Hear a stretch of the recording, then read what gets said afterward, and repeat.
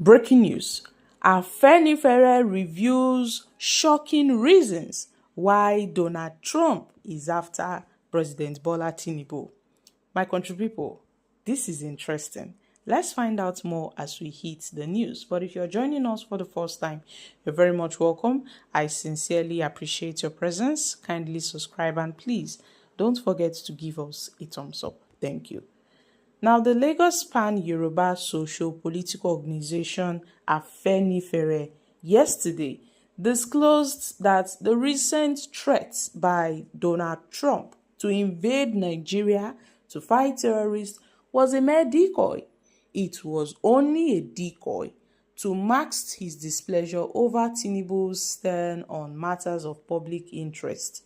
Afenifere, in a statement by its National Publicity Secretary, Mr. Jare Ajayi, maintained that the claim that the federal government is complicit in bandit killing of Christians in Nigeria was not only unfounded, but an attempt to give a dog a bad name, to have a justification to kill it, insisting that there are other reasons behind the stand of the American president.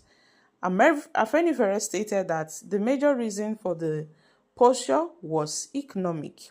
By sounding so harsh, Mr. Trump hopes to get President Tinubu to negotiate with him with a view to having more inroads into Nigeria's economy and possibly to force Nigeria to buy more goods, especially weapons from America. And Nigeria's recent rapport with China does not seem to go down well with the US, says Afenifere. Besides, some interests in America do not like the principled position being taken by President Bola Tinubu's administration on some issues. Now, the Afenifere people said that Nigeria is a sovereign country, adding that the matter at hand falls within the preview of what the government can and should deal with. And the government, through its various security arms, is not resting on it as, and it is working on insecurity that the government can do more.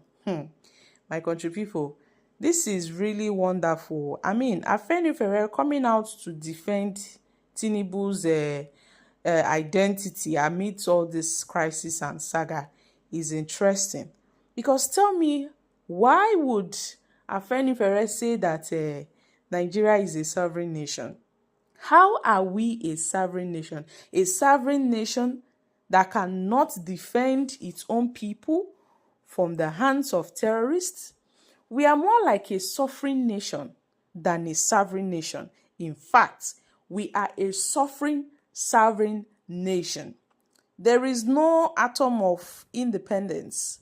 Because tell me why we are suffering all these things, and when help wants to come, the presidency, our politicians are saying no because they know it is going to affect them. And I know some people are saying Donald Trump is a noisemaker, like Bashar Ahmed, the former presidential aide of the late President Muhammadu Buhari. He said that Donald Trump is a noisemaker, that he's just making noise. Okay, we shall see when the time will come who is making noise. You see, when the government fails to protect its citizens, then sovereignty becomes a shield for incompetence.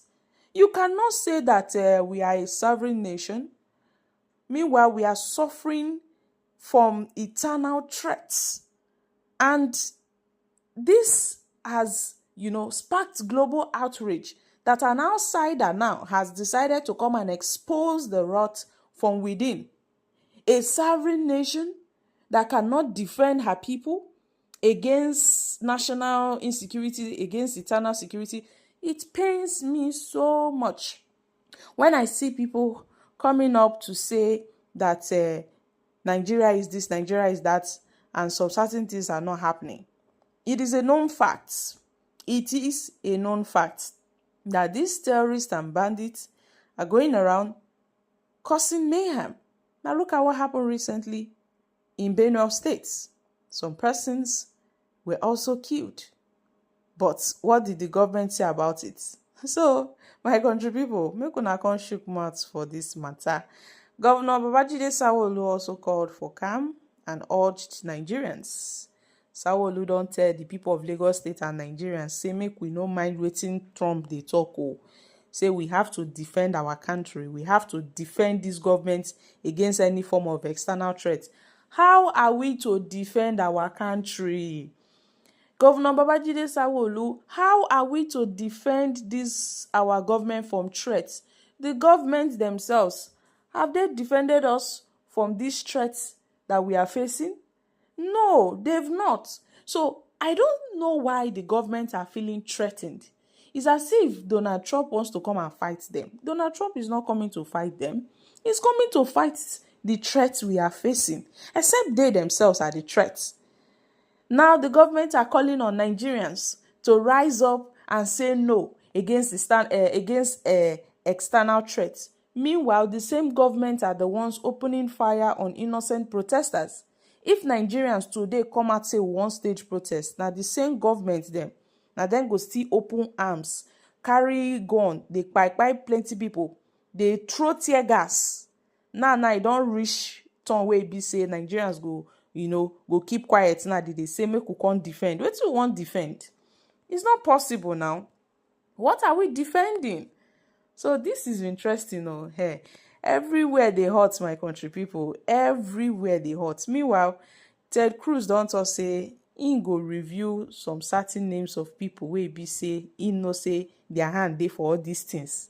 Ted Cruz don talk say he go call out names of politicians. He's going to review their names. I can't wait. I really can't wait for the full exposure of the names of these politicians. With very serious business. The latest development in the American government's threats to intervene in Nigeria's security challenges have emerged as Republican Senator Ted Cruz has posted on X saying that in the next few days he will be explicitly naming the Nigerian officials that he feels should be held accountable. President Trump designated Nigeria as a country of particular concern. That is tremendous news. It's something that I've been advocating for a long time. There is no country on earth where Christians are more persecuted than Nigeria. Since 2009, more than 50,000 Christians have been murdered by Boko Haram and radical Islamic extremists. More than 20,000 churches and schools have been burned to the ground. I introduced legislation to direct the administration to designate Nigeria as a country of particular concern. President Trump has done that. Thank you, President Trump. We're going to keep the fight going to protect Christians.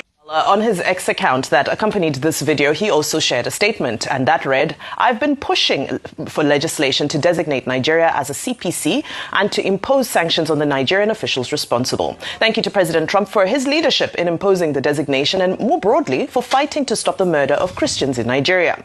Now we should take the next step and hold Nigerian officials accountable. I intend to be very explicit about who they are in the coming days and weeks." Gang, gang.